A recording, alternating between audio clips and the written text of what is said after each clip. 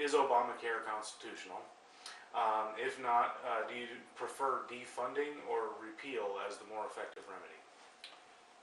I believe that there's a good argument that it's not constitutional. I would be hesitant to say with absolute certainty that it's this or that, because, as you and I know, the courts will do whatever they'll do. But I do believe that it's a strong argument that this individual mandate, in particular, exceeds any reach of power the federal government has ever engaged in the past. And the way I would distinguish it is, there's all kinds of case laws supporting the federal regulation of what seem to be very local activities, on the theory that those local activities affect broader interstate commerce activities. And I think that the courts have gone way too far along that lines. But even if you take those cases and you accept them as good law, this is different because it's not regulating commerce, it's mandating the participation in commerce. It's telling you, it's not regulating what the policy that you buy looks like.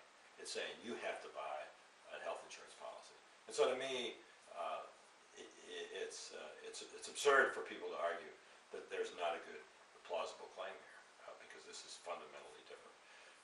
As to the remedy for it politically, assuming the courts don't find it unconstitutional, I think repeal would be the best remedy, but probably the less likely to succeed in the short term, for the obvious reason that we've got a president who proposed this thing, and he's going to be in office for at least 2 more years. So repeal, I don't think is a viable option in the near term.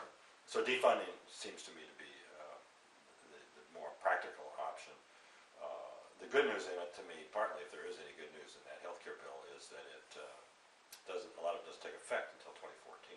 So there's going to be less to undo.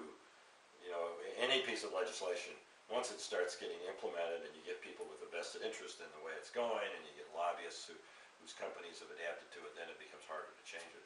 And here, a lot of it isn't going to be in effect. Other than the taxing and revenue. Yeah, that's right. Yeah, and the government will have a big interest in keeping that going. Right.